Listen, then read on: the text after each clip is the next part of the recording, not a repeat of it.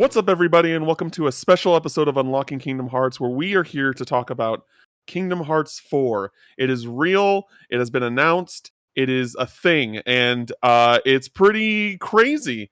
I'm here with, our general panel, outside of one Kevin Diaz, because, he doesn't know what the story is up to this point. But I'm here with Jonathon Dornbush and Alexa Ray Correa.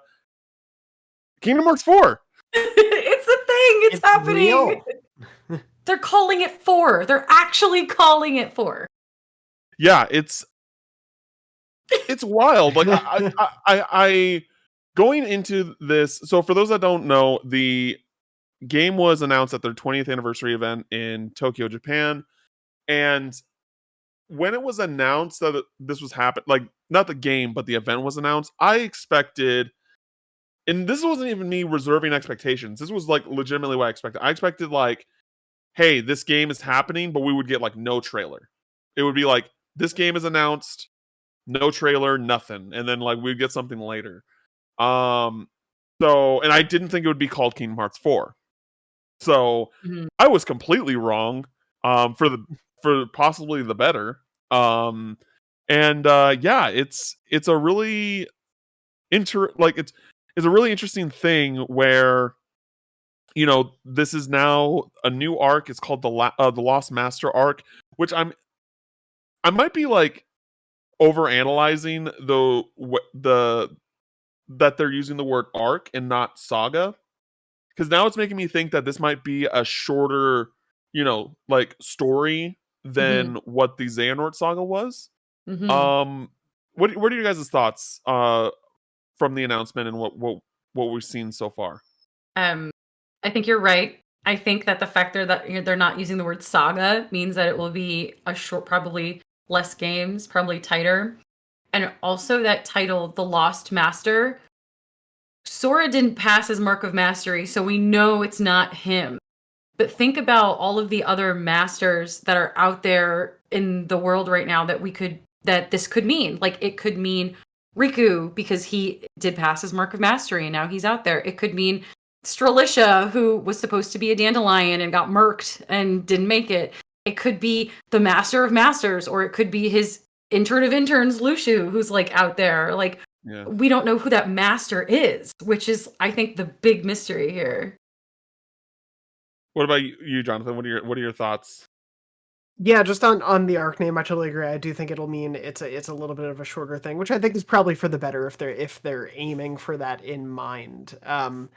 But yeah, like my first inclination is, especially because I think he's referred to himself as such. Like I think the Master of Masters is the immediate thing. If you're a like deep in the weeds Kingdom Hearts fan, that's probably who you associate it with, and I think that is a reasonable thought. But like to Alexa's point, I don't think it's going to be that simple of a thing.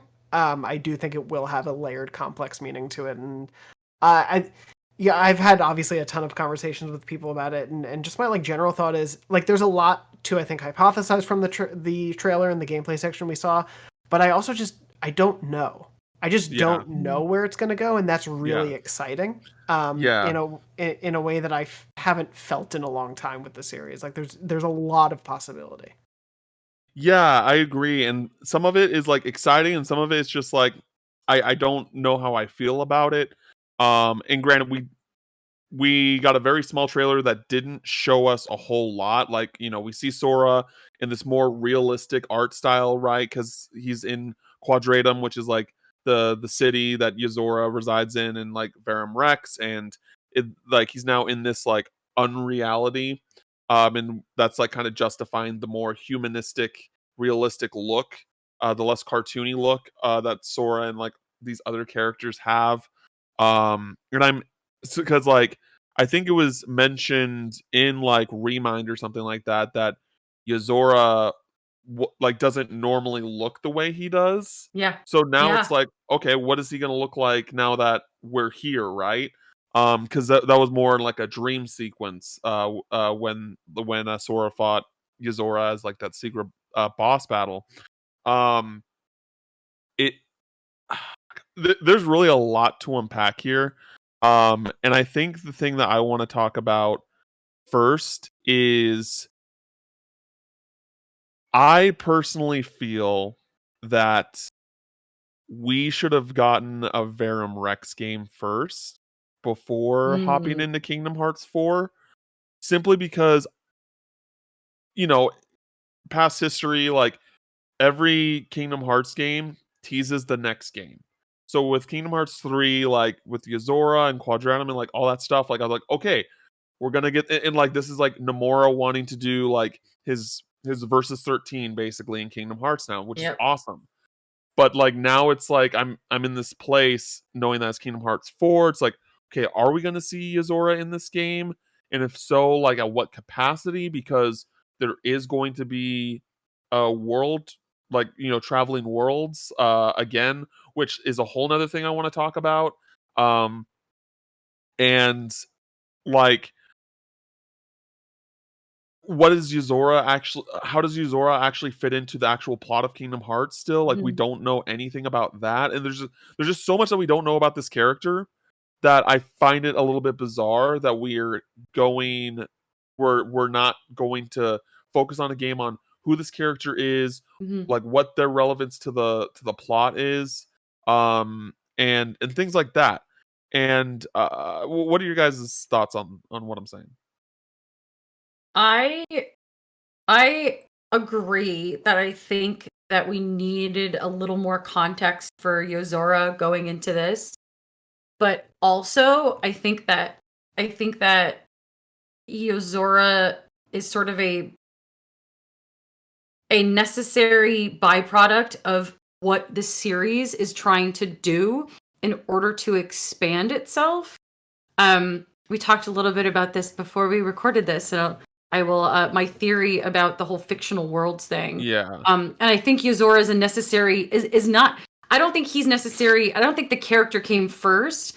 I think he's a necessary evil of what Nomura is trying to do with his worlds. Like number one, Nomura's gonna make Versus 13 if it kills him. Like that, Yeah. whatever that game was, we're gonna get it, and it's gonna be in Kingdom Hearts, and we're gonna deal with it, and we're gonna like it. Damn it. Um, but at the end of a Melody of Memory, um, they say it's Riku and Kairi, and weirdly the fairy godmother from Cinderella talking, and all the organization, all the revived organization members, and they're all talking, and they're like, "Oh, Sora, who has died for all intents and purposes, Sora is in a fictional world, Yeah. and that's why they can't reach him." Now, fictional world on the surface, fictional world is something that someone has made up. A creator has created this world, right? We have seen a fictional world in Kingdom Hearts already, and it was Verum Rex. It's the video game that exists in the Toy Story world. So Verum Rex is a fictional world dreamed up by somebody living in the Toy Story world, which at this point is probably Nomura somewhere in a game dev studio in the Pixar Toy Story world now. So my theory is that Quadratum is quad also four. Quadratum also means also could Square. roughly translate to square. Yeah. So I think that what we're going to see is Quadratum is the Verum Rex world, and it is a fictional world. And what we're going to see is we're going to go to worlds that are worlds, and I know they're going to phrase it this way, dreamed up by other dreamers, other creators, worlds that don't exist on the same plane of existence as Toy Story and Monsters Inc. and Frozen and all of those, but that are on a different plane of existence, the fictional plane of existence. And I think that's going to open the door for stuff like Star Wars, which everyone is already considering because they swear to God there's an AT-ST Yeah. foot in that shot. Yeah. And it looks like Endor. Okay, I see it. Marvel, which is the other big property that we could feasibly tie in. And then Nomura has openly said how much he likes those live action Disney films. So what other way to incorporate a different version of a story that already exists, like say Beauty and the Beast, by saying, oh, this is the dreamed up fictional version of Beauty and the Beast, and it's the live action thing. It also opens the door because we've already seen Final Fantasy characters. Final Fantasy VII Remake, which is the popular thing right now for Final Fantasy, could be another dreamed up version of what happened and transpired in Final Fantasy VII. So that could also be a possibility. And I think by that one simple one simple phrase altering what level of existence we are now operating on opens the door for the inclusion of all of those things. And that's how they're going to expand the franchise without it getting stale, but still allow Nomura to Nomura. Yeah. Jonathan, what are your thoughts? Yeah, I mean on the live action bent 100%, I think that is what this opens the door for. I think what the trailer neatly also does though is that we're not going to totally abandon the more cartoony stuff as we get toward the end of it, and I'm glad because I love the more cartoony side of things to a certain extent and think it gels more with what I think of when it comes to Kingdom Hearts, and obviously that's because there's 20 years of it. But like personally, I'm more excited to go visit those cartoony worlds than Endor, as cool as a lightsaber keyblade will probably be. So Alexa, I think you're totally on the money there with that aspect of it, and I think it makes a lot of sense and explains away part of the weirdness of how Sora looks in it. But in terms of like this game versus a Virum Rex game and all of that, I guess like I respectfully disagree that I'm not surprised that it's happening this way, because I do think on a like marketability level, and like this is outside the obviously the creative side of it, but it's just like the realities of it is you're starting a new arc, you're trying to introduce a new section of things. I think if you say, hey, we're starting it off with a character who appears for 20 minutes in the last game, that maybe people who dip into Kingdom Hearts occasionally barely even register Yozora as a name, especially if they didn't see the secret ending, if they didn't play the DLC. I think that like as an opener to the arc just doesn't makes sense as a way to get people in. I think like a game that is rooted in the foundations of Kingdom Hearts is something that can speak to every level of Kingdom Hearts fan, whether they're longtime fans, lapsed, whatever. Whereas I think if you said the next Kingdom Hearts game coming out is called Virum Rex or, Kingdom Hearts Yozora, whatever it was, I think it would be harder to get people in the door. I think that can very easily be like a next step. And like to that point, and the idea of this being an arc, I do think they probably have a little bit of the roadmap going, I assume / hope. And so I wouldn't be shocked if Yozora isn't a major player in 4. Like if he comes in later in the game and starts to set up what comes next. Like I could see the beginnings of this very much being about the struggle to get Sora back to his world, his reality, and whether or not that succeeds is sort of the running through line. It also gives me hope, and I guess this ties into our Chain of Memories episode, is, he's on that side of things, he's in the live action side of things.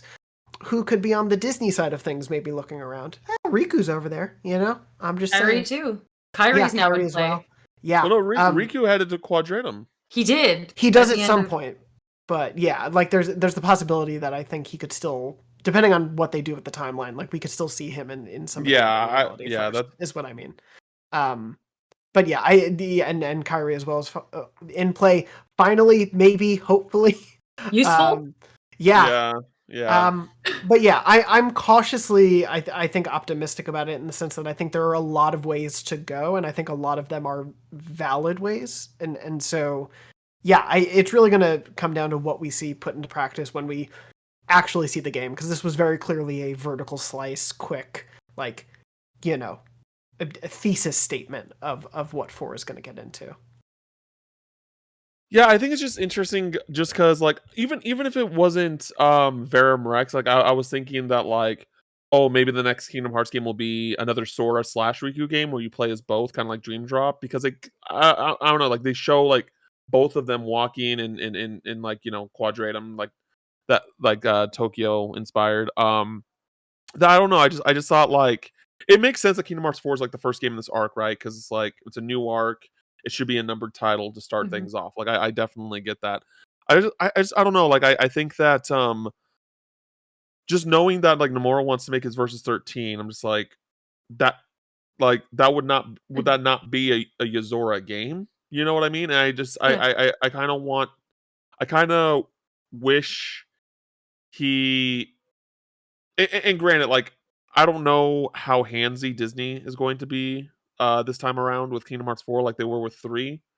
But, like, knowing that this is still a Disney IP, I would want Nomura to try and do what he wants to do as soon as possible before it could get more until he has, like, before like there's less creative control that he has due to Disney, from what we saw in Kingdom Hearts 3. That I don't know, and it's again, this is like a very we haven't seen a lot of the trailer. There, like this is a lot of like just baseless speculation on things, but I just I don't know. I feel like I just have mixed feelings about it. Like, regardless, I'm super happy that we're getting a new Kingdom Hearts game. Like, I will never complain about that. But I'm just curious as to, yeah, I'm just curious about what the path uh is going to be like, because it's like, okay, we're going to these worlds instead of not getting like this open world quadratum game, which is what I would like Verum Rex to hopefully be. Um, but like, at the end of the trailer, we see Donald and Goofy supposedly in the underworld looking for Yeah. Hades, or maybe Orin. That's what. Oh my god. Okay, that's what I thought, because that's clearly the underworld, and the blue and the red flame is clearly like that's a clear reference to Hades. Yeah. I don't think they're necessarily looking for Orin. I think they are looking for a Final Fantasy character, to be clear. I think they are down there looking for a character who has passed on. Maybe not Orin, but I think another Final Fantasy character. So what other Final Fantasy characters that were popular, that have been in recent zeitgeist, other than remake, are dead or have passed on? Noctis is technically dead. Like, he's gone. Like, they could be looking for him. He's pretty powerful. They could be looking, cool. Or they could be looking for Arden, the villain of Final Fantasy 15, who is also gone. They could also be looking for Lightning, who becomes a goddess and like leaves the planet. So she could also be down there. Or it could be as simple as, again, they're looking for Orin again, or maybe they're looking for Sephiroth. Or maybe they're just looking for a way to get to Quadratum, and that's the thing. I hope that isn't the case, because it's one of those things. Like, okay, we're traveling to worlds, and this is Kingdom Hearts 4, so this is going to be a Sora, Donald, and Goofy game. And like Melody and Memory made it like plainly clear that like only Sora and Riku could go to Quadratum because they had the ability to do so. And I think that if Donald and Goofy somehow ends up in Quadratum, that's going to one, make the whole thing about Kairi not being able to go even more frustrating, because it just makes her feel even more sidelined than she already is. And I think that so that's kind of like where my head's at with this whole world travel stuff. It's just like, okay, this is going to be taking place in the Unreality, in a world, like in a universe where only Sora and Riku out of like everyone else in their universe is able to go to. And I'm like, okay, cool, but now like Donald and Goofy are seemingly trying to get there. Again, this is all just theorizing at this point. But if that does happen, that again, like that'll just make the whole Kairi stuff even more frustrating than it already has been the past 20 years. So yeah, I don't know. Like those are things I've been thinking about, and like in all like leading up to Kingdom Hearts 3, I was like very against the idea of a Star Wars or Marvel world, because I was just like, this isn't like a Disney created property, like that type of thing. But like now with this Unreality as a different like universe of sorts, that makes me more like open to the idea as like, oh, this is why this makes sense that these worlds are here and not in the older worlds. So yeah, I don't know, and that's kind of like where my head is at with the whole world travel stuff, and like kind of what Donald and Goofy are up to. Yeah, I don't think they could put out a Kingdom Hearts game without the Donald and Goofy stuff. Like, I just don't think I don't think they could do it. Like, it's like that trio's unity is such a part of the series. Like at the end of 3, when the two of them come out of nowhere and they're like, "We made it! We're here! We're fighting!" and it's so beautiful and amazing. Like they can't do that. So maybe they're going to pull a Roxas, and the beginning of the game is going to be like, or like a, you know, like a 2.9 or whatever it was, where we have these few hours where maybe they're not together and they're trying to figure out how to get together, and then they're together and then they head off, because I don't see a universe in which separating them makes for a good game. You know? Yeah, I really don't know. I could see the game being a situation where like the game is trying to get them back together again. Like there could be, because the thing is like it's got to stay in like the Unreality Universe, right? Like Yes. this game is gonna take, and that's the thing. It's just like, because like if it was something where like Doll and Goofy's trying to find him and then they head back, it's like what was the point of any of that? So I don't know. I have again, I just have mixed feelings about it. Is that like, okay, Doll and Goofy is gonna somehow like, even like like with Nomura's like like, you know, I don't want to say like Nomura bullshit, but like, you know, the kind of idea that Nomura can pull things out of his butt that like makes sense for the universe. Like this is for me a little bit of a stretch where I'm just like, okay, you made it abundantly clear that like Sora and Riku are the ones that can go here and no one else can. So like if Donald and Goofy show up, it's like it just kind of deters that that and that would be upsetting to me.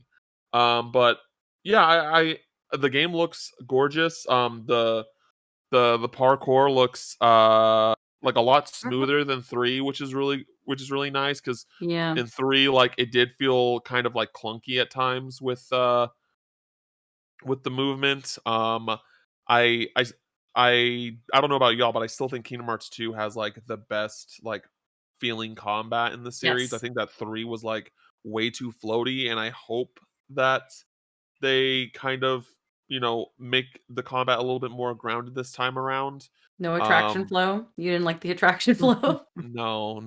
I mean, like it was cool the first time, you know what I mean? Like it's really anticlimactic when you beat a major boss in the teacups or something like that. Like something really stupid like that. Like it's really anticlimactic and awful. Yeah. But we also need to talk about Stralicia, because so many people are like, who is she? And then also even Square Enix put out that weird statement that initially was like, this is the first time she's a new character, and all of us actually Square Enix, and then they changed it. Yeah, I missed that. I didn't see the change in statement. Yeah, so, Stralizia. Yeah, is it Stralizia or is it Stralicia? Stralizia, I believe. Because I've heard it pronounced both ways. I've been hearing the way Cam said it more often. Stralizia? I also said Marluxia for 10 years. And so did I! And then I said it in a video once and was like massacred because I had not played Rechain of Memories by then. So, you know, explain, pronounce it however you want. I like Stralizia better. Like it sounds better. Yeah. What happened is in like the character description, they were like, oh, she's a new character, Stralizia. And everyone was like, wait, no, she's not new. Like, she's from the mobile games. And then they put out, like, in their statement, it was like a new character for the mainline series who first appeared in the mobile games.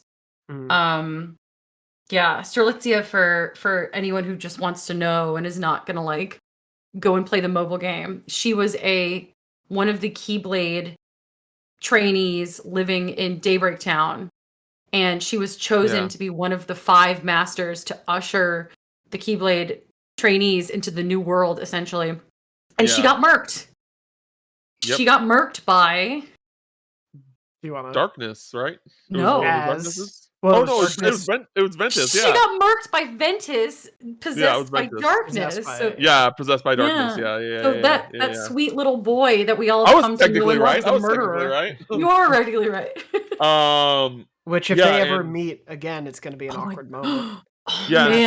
And Stralizia is Laurium's little sister. Yeah, Laurium's little sister. Marluxia's somebody. And like I'm interested in seeing how she's gonna play into the story and her significance in the story. And I'm also just kind of curious, like, okay, like what determines like you going to Yeah. this fictional world at death and then not like like what like where's Ericus and Xehanort? Are they in this fictional world, or are they like gone? Like what are the? I hope those are They things better that be they, gone. I don't want to see them no more. I'm done with because them. like with Sora it made sense because the Sora's like, oh, you're not dead, like this is just the consequences of using your power of waking. And that was something that was like I'm so glad that they did that with Kingdom Hearts 3, because with like Dream, like I think a lot of us can agree one of the big like factors that like kind of, I don't want to say, I think the best way, I don't want to say negatively affected the overarching story of Kingdom Hearts, but like that definitely was left to be desired as they introduced time travel Oh in a my god. way that like introducing time travel in Dream Drop Distance, and like I'm there not ready being to talk really about this. there being really no rules, and the rules that were there didn't, like, they didn't even follow them. And No. then like at least with Sora and the Power of Waking, it's just like, hey, there's actual consequences if you do this in Kingdom Yeah. Hearts 3, which made it better.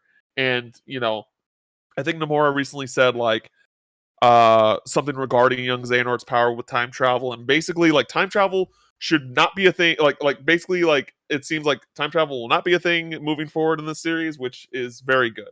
Good. Because yeah, that definitely made some issues with the story moving forward. And yeah, I'm curious as to like there's some other things that we just like don't know at this point, like who are those hooded figures, like Demix. One's Demix. I will put money on it. We're gonna see Demix. It's Demix time. maybe It's Demix time. I mean, I assume the one with his hands behind his back is the master. Mm-hmm. Like that just seems the obvious one. But yeah, the other one, I could throw a dart at a board for who I guess. I like Demix as a guess, absolutely. Demix time. He got a snatched waist. Like the waist is real snatched on that second figure, which is why I think it's Demix, because Demix was also kind of very thin. Then yeah. It's either him or it's Larxene, or actually, now that her nobody is dead, Elrena. Yeah. Because we still don't know. We still don't know about her, because the last thing we heard from her, she's like, I was just along for the ride, and then she was gone.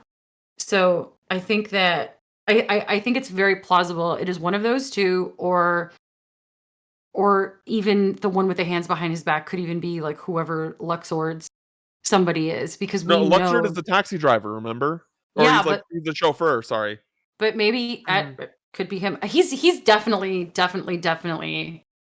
like, we got to get that answer, like, because him and Demix are the only two people whose origins, well, I guess Luxord we've seen. So like Demix is really the only outstanding organization member, but we have no idea where he came from or what he does.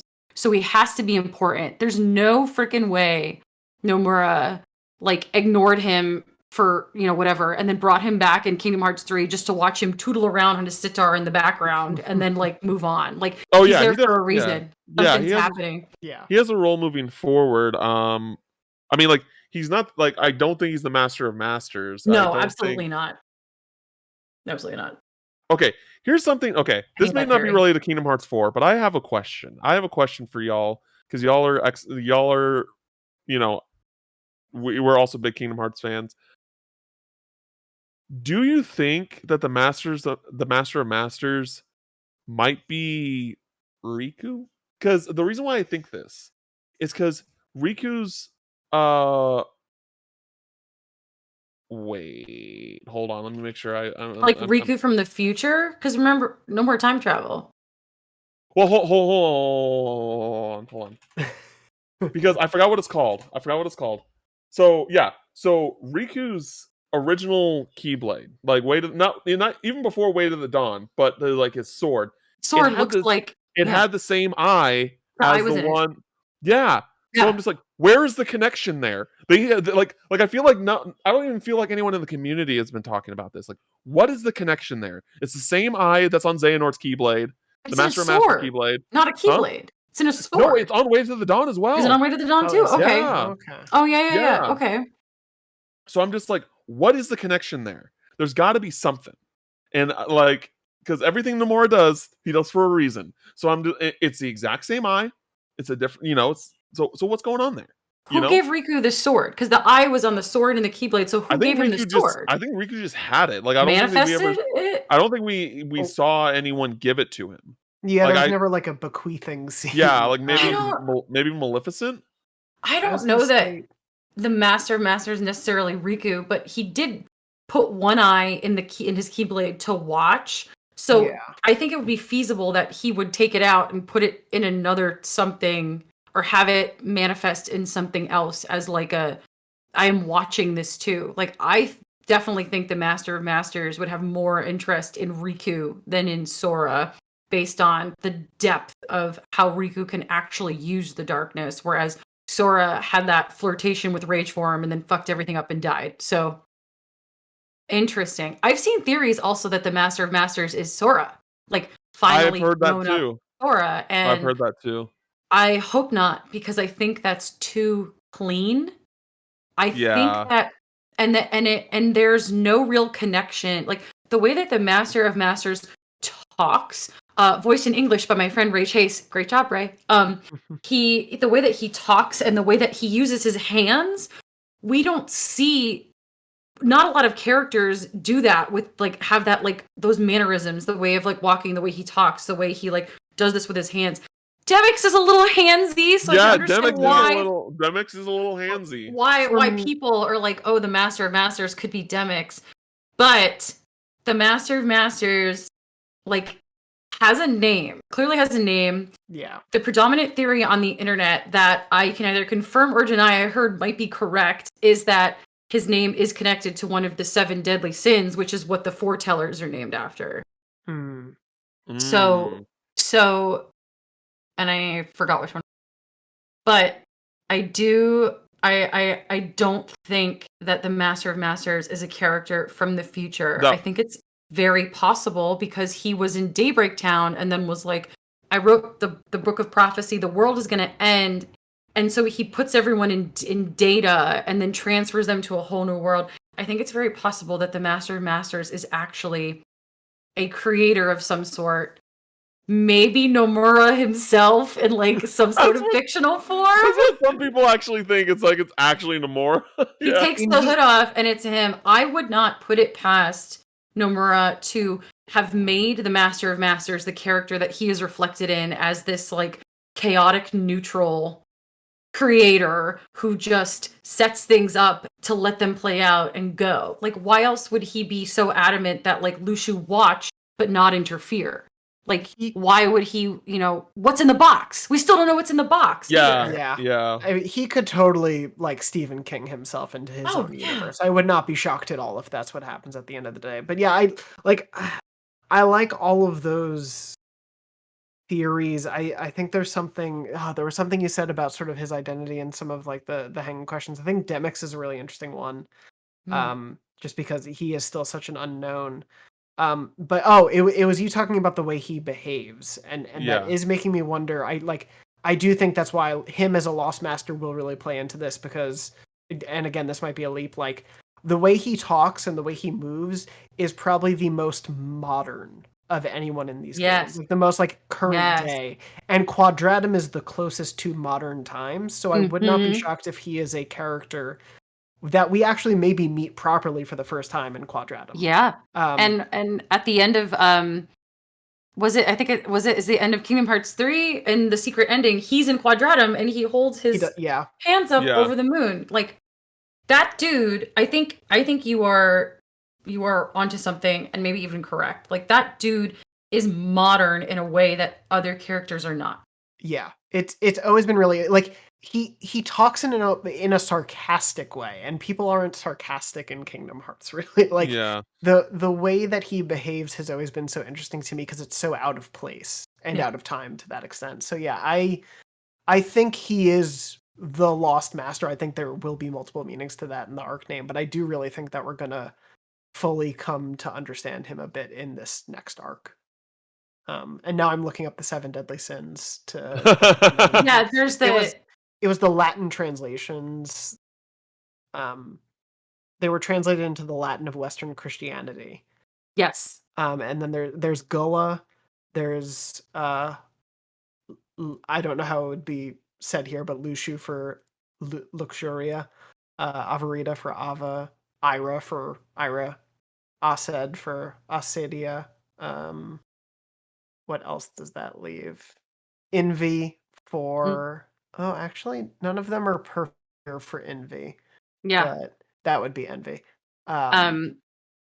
Also in that cutscene in which Xehanort meets the Master of Masters, Xehanort recognizes, like Xehanort calls him the Lost Master. Like he recognizes him as the Lost Master, which is why I think this arc is us meeting him and unmasking him and finding out like what the hell he did. And I think he will play into, because Nomura again is the master of pulling things out of his butt and retconning in places and filling it with story. Like his brain is just endless. And I think that something the master has done or set up already is why there is access to these fictional worlds and why seemingly only he and Riku and Sora can get to it. Like, I think it's because of him. I think maybe we'll see fictional worlds as either like dreams of creators or, you know, he said he's had to recreate the world many times from data. Maybe he took all that data and was like, oh, this is someone's dream. I'm going to put them all here. And that's how these worlds got populated and stuff. Totally something weird like that. The data thing is going to be, I think, really big moving forward. I mean, data's a big thing in Kingdom Hearts, so. Data. Dang. Data and memory. Yeah, there's a lot to think about, just with so many characters and what role they're going to play in future games, and like, oh gosh, I honestly at this point, like, I mean, obviously I want to know what's in the box. Like, that's what I want to know more than anything. What's in the goddamn box? And correct me if I'm wrong. Doesn't Maleficent know what's in the box? I think she has. I don't think we know if she knows for sure. I think we know that she has an idea of what might be in it, and that's why she's looking. Her and Pete are looking. I thought she got like a glimpse of what was in the box or something like that, and. No, remember, we only see the back of her and Pete looking at the foretellers and Braig, and the box is behind Braig. I thought something like that happened in the mobile game, in Union Cross, but maybe I'm misremembering. He did meet Xehanort. She met Xehanort's darkness form and the primordial darkness.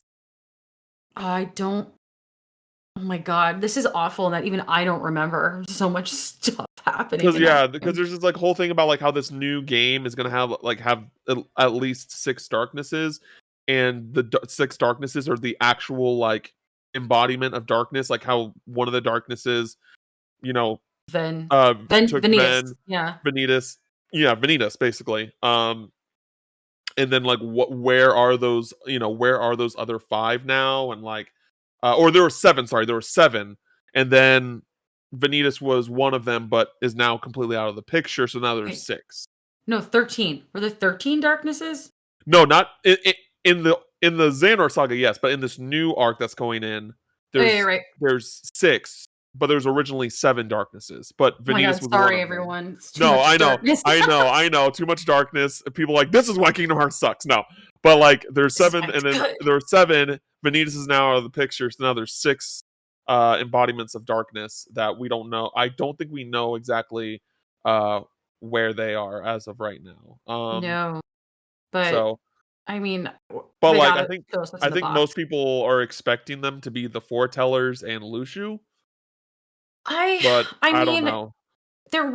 I can understand why there's that expectation, because the way that the story went and the way that the master explained what he was doing and his relationship to the darkness almost sounds like, and then him kind of letting the foretellers turn on each other, almost like he was prepping the foretellers to become the vessels for these darknesses, because all of them allowed that darkness into their hearts, except for Ava, who is missing. Yeah. So, God, this series is so good. I know. Yeah, so any closing thoughts on the Kingdom Hearts 4 trailer? What we think might be happening, what they might be setting up, any of that good stuff. Um, when do we think Kingdom Hearts 4 is coming out?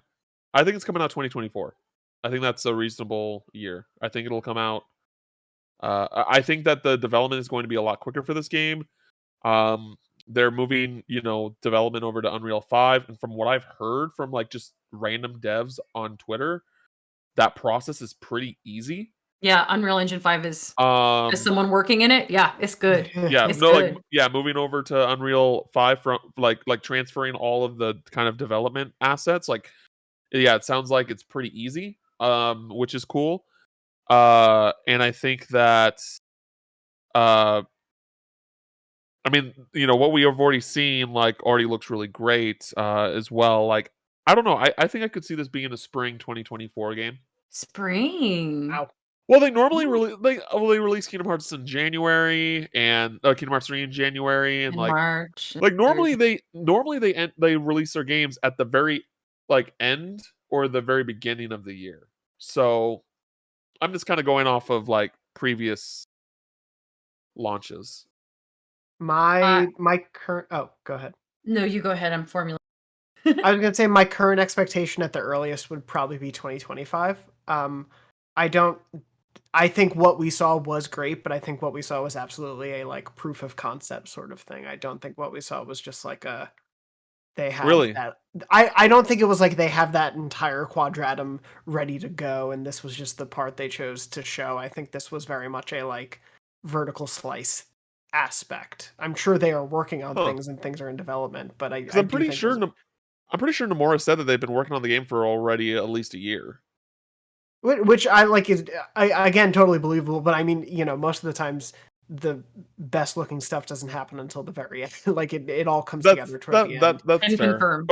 But I do think what we see with Sora in the beginning is like the beginning of the game. I think that is like the opening like hours of that game. It is probably very early, but yeah, I think 2025 for me just seems right. I would love That's it if fair. it's earlier, but Yeah, I do think it's going to be a little while. I do think it will be less of a wait than between obviously like 2 and 3. Granted, there were of course games in between, but I just mean like in terms of a numbered wait, I do think it's going to be smaller. I do think there is an impetus from like a marketing standpoint. I do think from a Disney standpoint, and I do think from just a storytelling standpoint to go at a little bit of a faster pace. And since they've seen how clear that interest is, both by sales and by the constant chatter about these games, I do think yeah. I don't think we're going to get to a point where we do wait a decade. No, yeah. I think Yeah.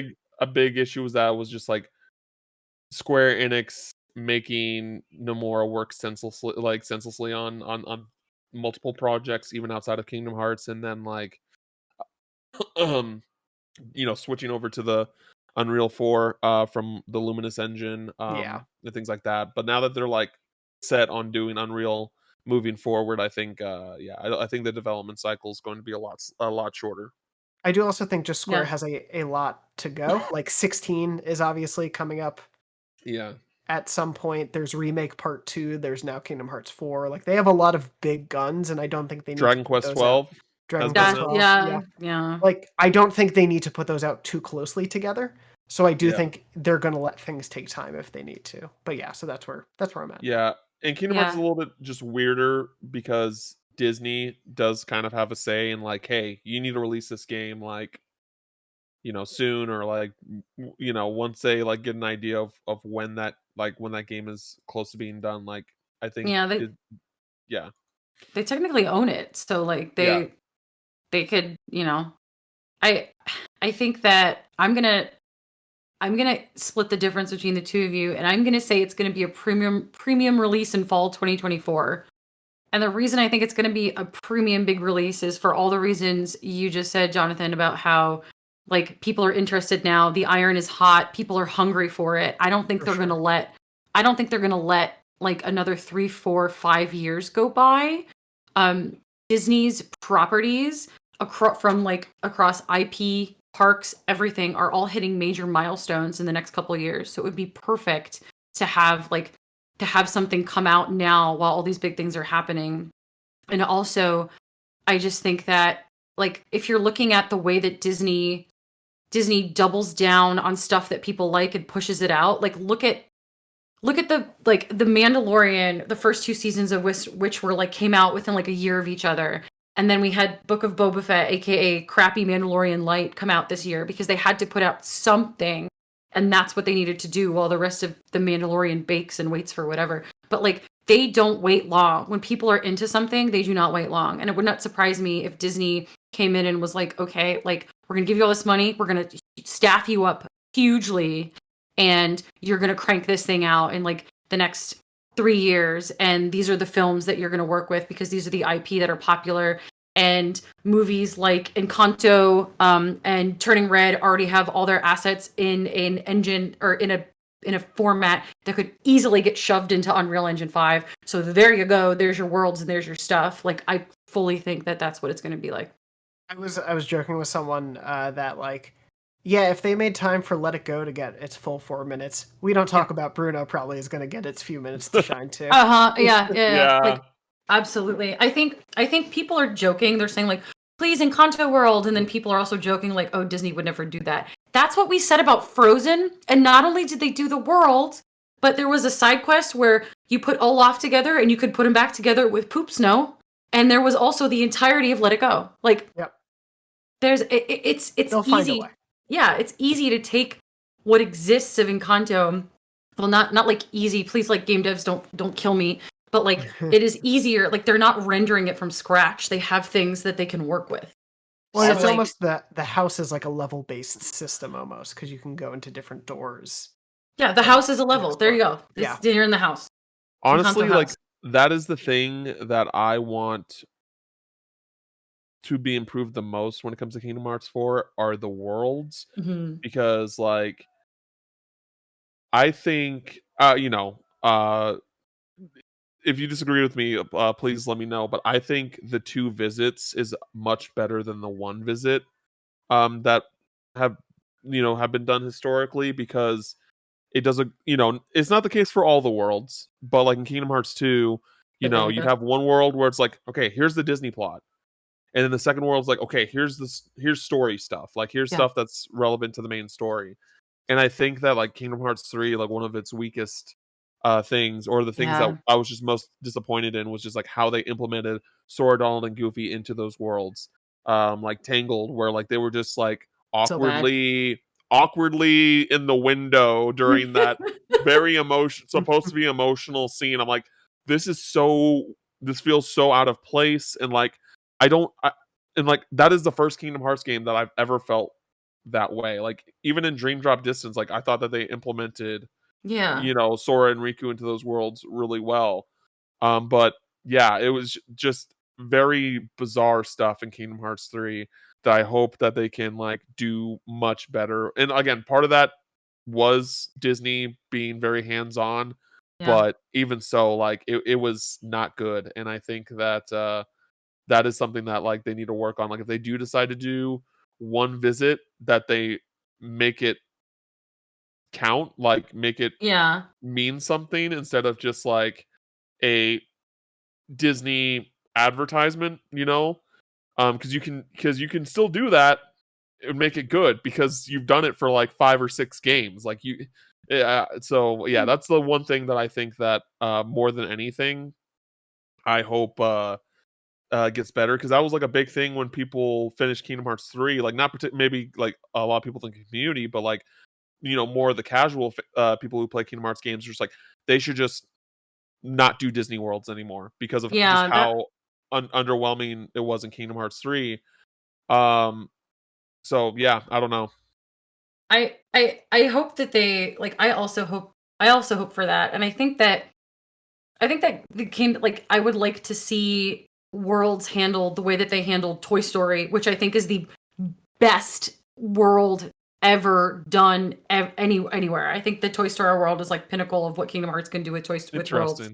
Toy Story, and then really close to that, what they did with Big Hero 6 and Monsters Inc., where it was a story that could technically fit in the canon of that world, that incorporated Sora, Donald, and Goofy. So you weren't just replaying the plot, you were interacting with those characters in a really special, really new way. And I know it's because Nomura like loves Pixar, is obsessed with Toy Story.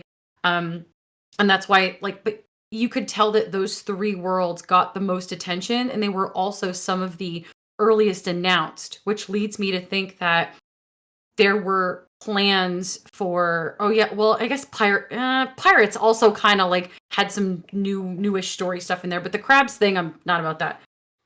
It's very, very clear that that's what Nomura wanted to do, is he wanted to tell a story that could fit in with canon, if you like, because the Toy Story world canonically fits between 2 and 3, and I think he came out and said that, like, Yeah.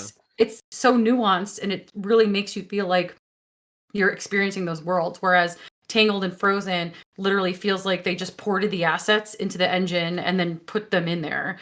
And that's how you end up with something like the entirety of Let It Go, or the entire scene where Rapunzel cuts off her hair and Flynn dies and all that stuff, because I just think maybe they ran out of time and Disney was like, this is it, like, you gotta go. So I'm really hoping that while Disney does give them the freedom to like do what they did with these other worlds, we don't get into a period where the clock is ticking and Disney is like, this thing is coming out in a year, whether you like it or not, you need to time correct worlds.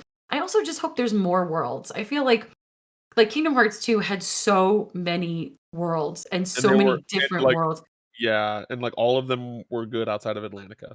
So yeah, fuck Atlantica. I mean, a thing you were just mentioning there, though, Alexa, that, and sorry, I'm trying to look it up because when I went to go interview the dev team for Kingdom Hearts 3, it was something that I swear was sort of part of the discussion was, and I think it comes down to also why we didn't see Lucasfilm and Marvel was like contract stuff, but like from the development process, it sounds like they even just fundamentally worked differently with those teams. Like I'm sure time absolutely played into it, but it's like from the discussions we were having, like Pixar was very active early on, whereas the Disney teams were active later. And so I think that's also why you get that stuff. Like I do remember them saying the Frozen team like gave them all their inspirations in terms of like Nordic lore and mythology and things like that. And that's why they like the final boss of that level is inspired by actual mythology and things like that. But on the Pixar side, like they were there from the concepting phase more often, I think. So that just came into play, I think, as well, and why those worlds, I think, stand out better. And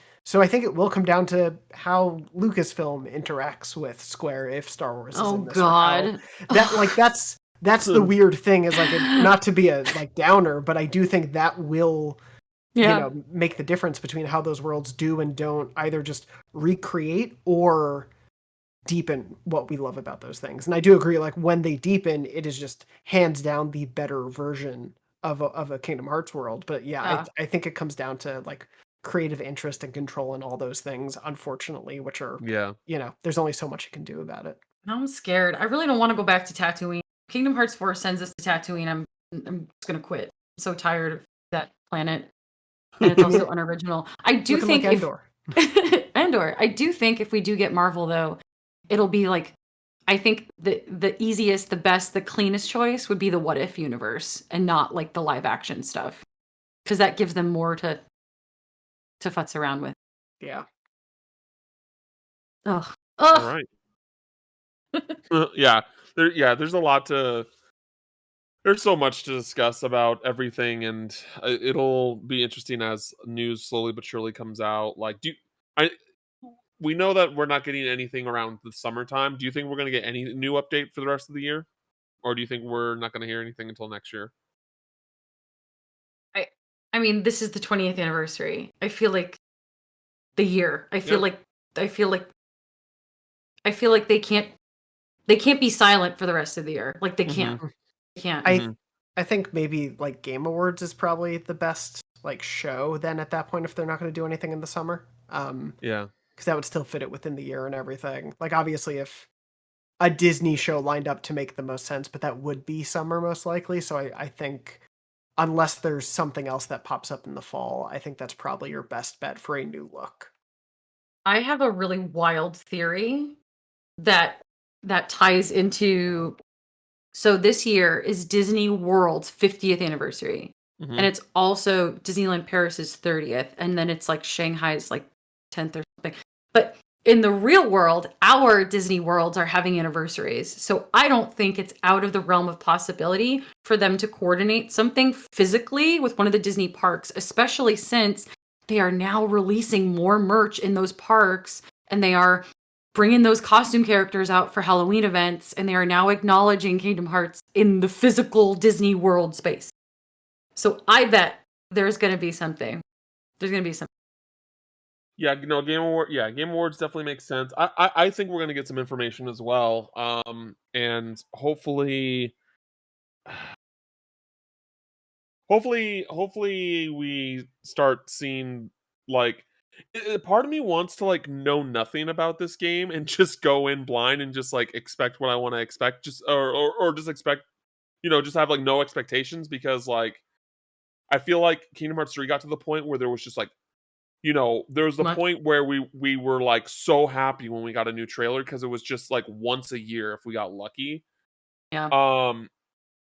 But then by the time it was close to coming out, it was just there was so much, and I was just like, I don't need another trailer. I And don't we need knew all another the worlds. trailer.